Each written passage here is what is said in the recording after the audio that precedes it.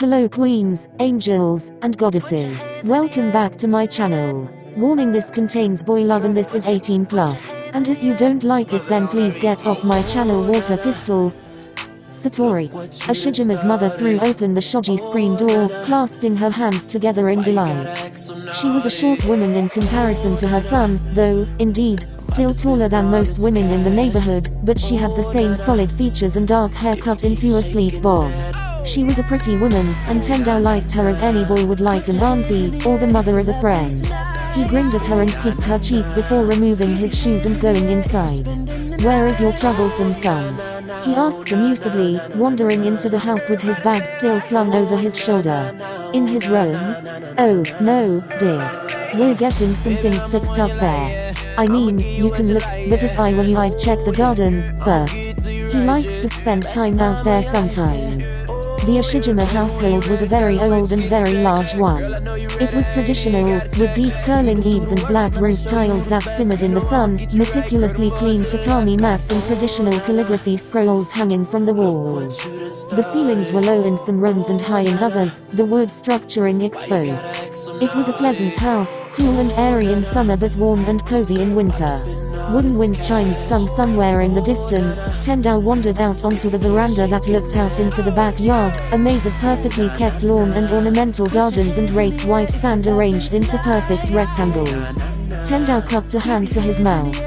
Wakatoshi. It wasn't Ashijima that came running.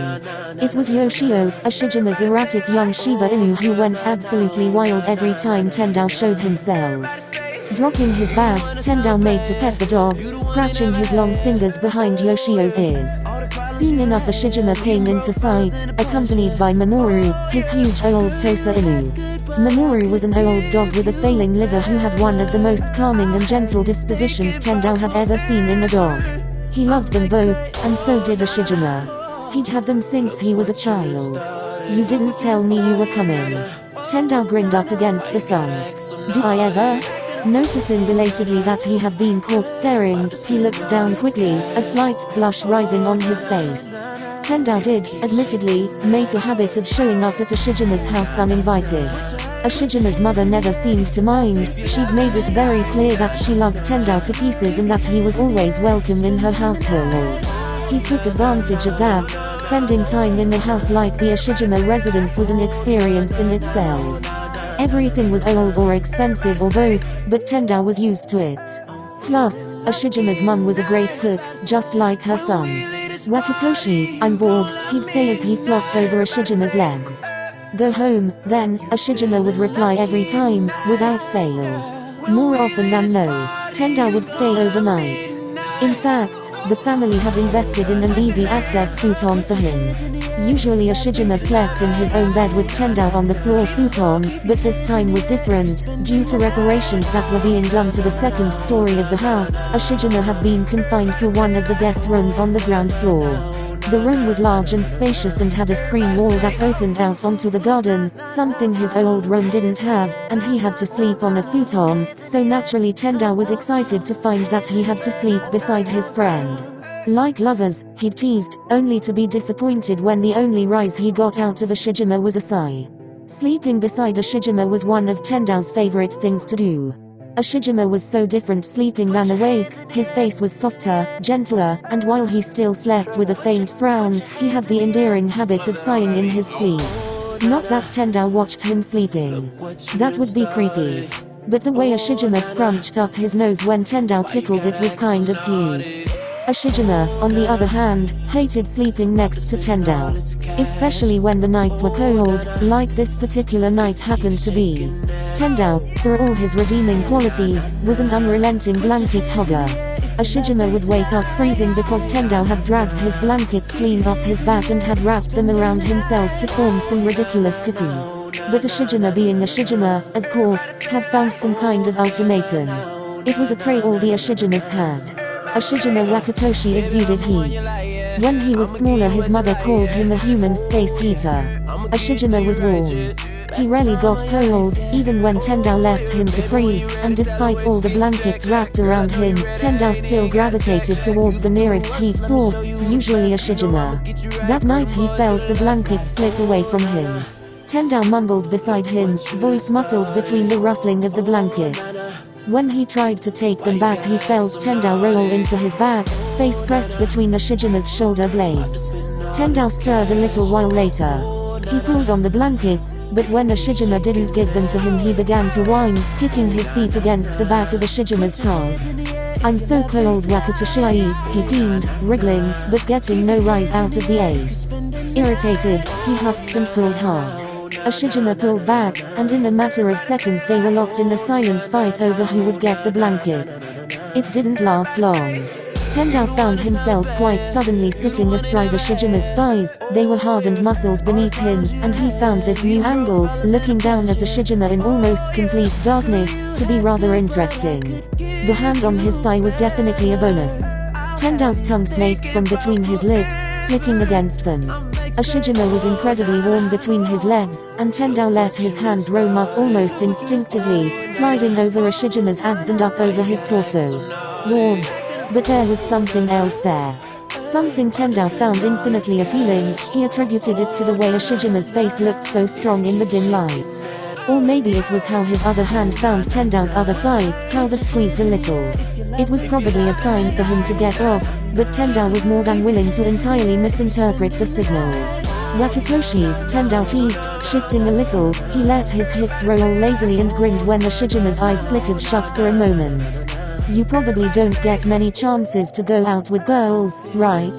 Or guys, or whatever." He rolled his hips again, enjoying Ashijima's reactions far too much to stop. He flinched when Ashijima's hands tightened on his thighs, biting down on his tongue. "You're cruel." "Why?" "Oh," Tendao's stomach clenched at the sound of Ashijima's voice. It was so deep and almost breathless, rough and coarse from sleep. It was mouth-watering. Tendao leaned further over him, dipping his hands to slide them up beneath Ashijima's shirt. "You make me wanna do bad things." Tendao dropped his body close to Ashijima's, catching the ace's lower lip between his teeth. "Bad things that good boys like you don't do." Ashijima didn't reply. He didn't move, not for a few seconds, at least. But then, his hand shot up and gripped Tendao's jaw, forcing him up into a sitting position as Ashijima rose too. Tendao slid into his captain's lap, already feeling heat pooling in his stomach. He let out a giggle, which was all he really had time for before Ashijima's tongue bullied past his teeth and suddenly he was being kissed deeper than he had been for a long, long time. Tendao moaned, but whatever sound he made was swallowed instantly. Ashijima's hands were at his back, nails raking up his back and twisting in his hair, pulling it. When he pulled away and his vision cleared, he looked at Ashijima, eyes blown insatiably wide with lust, lips red and flushed. How irresistible. Tendao had never heard Ashijima moan before. He'd never even thought about it, but, oh, the sounds Ashijima was making when Tendao's hands found their way into his clothes was music to his ears. He left a number of indents in Ashijima's skin from where his teeth had bitten a little too hard, and each time Ashijima's lips parted in a moan, or some deep throaty growl. Tendao came to the sudden realization that he didn't need to hog the blankets anymore. Not with Ashijima's body pinning him to the ground, not with one of his captain's broad hands sliding between his thighs. Tendao ground down on the ridge of Ashijima's hands, a high nervous giggle leaving his lips again. He bowed his back teasingly, grinding the curve of his ass against Ashijima's groin. "You like to tease, Satori," Ashijima snarled in his ear, and Tendao knew immediately that something had shifted. He glanced back over his shoulder to see the same dark, foreboding expression Ashijima wore when he was on the verge of rolling another team on the court. "He's going to ruin me, he's going to ruin me, now." The thought excited him so much his hands began to shake. Ashijima gripped Tendao's hip, almost tearing his clothes clean from his body. He fisted a hand in Tendao's hair, pushing his face down into the futon and elevating his hips with the other. Ashijima slid down until he had Tendao's thighs in his hand and he lowers his face until his teeth graze his skin. And so he found himself pressed against the futon, Ashijima's tongue stretching him open in preparation for something even bigger. It was hot and wet and debauched and Ashijima's mother was sleeping in the next room. So Tendao had to bite into the pillow to silence himself. "Wakatoshi," Tendao ground his hips back against Ashijima's face, letting out another giddy giggle as he felt Ashijima's tongue reach even deeper inside him. "Are you gonna fuck me or what?" He wriggled his hips a little bit, managing a slack, cheeky grin. He tried to ignore the trembling in his knees. Tendao was familiar with the sight of Ushijima on the court. It excited him, when he saw the thunder in Ushijima's eyes and the sheer brute force of his body, the muscle, the sinew, all shined with glistening sweat. Tendao's heart would hammer in his throat and his body would contract in a way that he never felt otherwise. To see Ushijima angry, to see him play so violently, it excited him, and more than once he found himself craving to feel the full force of Ushijima Wakatoshi's power. He felt Ushijima's broad hand on the curve of his ass, one thumb stretching out his hole. Ushijima made no sound and seemed content with silently surveying the planes of Tendao's body. There was an itch inside Tendao. After every game he felt the same little twinge deep inside him, that he could never scratch himself. But the turgid line of Ushijima's cock pressed against the dip of his ass looked like it would hit the spot. That, and more. Ushijima, to his credit, started out slow. Forever a perfectionist, he watched Tendao closely, and not a single shiver or tremble went unnoticed. Each facial expression was catalogued and used by Ushijima to direct his body and press the head of his cock against Tendao's entrance. But Tendao wasn't a patient person. He didn't want Ushijima to be gentle. So he looked over his shoulder and fixed Ushijima with a very particular, provocative stare. The drop was like someone had punched him in the gut. Ushijima's weight had been riding on a string. He'd been so intent on keeping his weight balanced that Tendao had felt barely any force behind the initial penetration. He didn't like that at all. Now he wheezed as the breath was knocked clean out of him, his insides screwing together in a tight bliss. Wakatoshi is inside me, he's inside me, it's so good. The next thing he realized was Ushijima beginning to move. Oh, he'd realized what Tendao wanted, but he was no good at it. He was still sleepy, perhaps, or maybe he was just nervous about potentially injuring a teammate. Either way, Tendao was having none of it. He reached back, lifting himself, as best he could with numb knees, and pushing Ushijima down onto his back. They found themselves in a similar position as before, but this time Tendao was seated fully on his captain's thick, heavy dick. And it felt incredible. Wakatoshi, he moaned breathlessly as he lifted himself, thighs flexing, then dropped himself back down at just the right angle to send the swollen head of Ushijima's cock grinding over his prostate. Fuck. He was only vaguely aware of Ushijima's hand crawling up his body, moving to tug harshly on a nipple. Tendao's body pitched forwards, his hands catching his fall on either side of Ushijima's head. With one hand assaulting Tendao's chest, his other gripping Tendao's hip hard enough to bruise, Ushijima began to take charge again, snapping his hips up again and again and again. Tendao's eyes cracked open, they were bleary with tears of pleasure, each sharp thrust spreading him and filling him until he felt like he was about to be sick, in the best way possible, of course. Bruising against his prostate more times than he could count.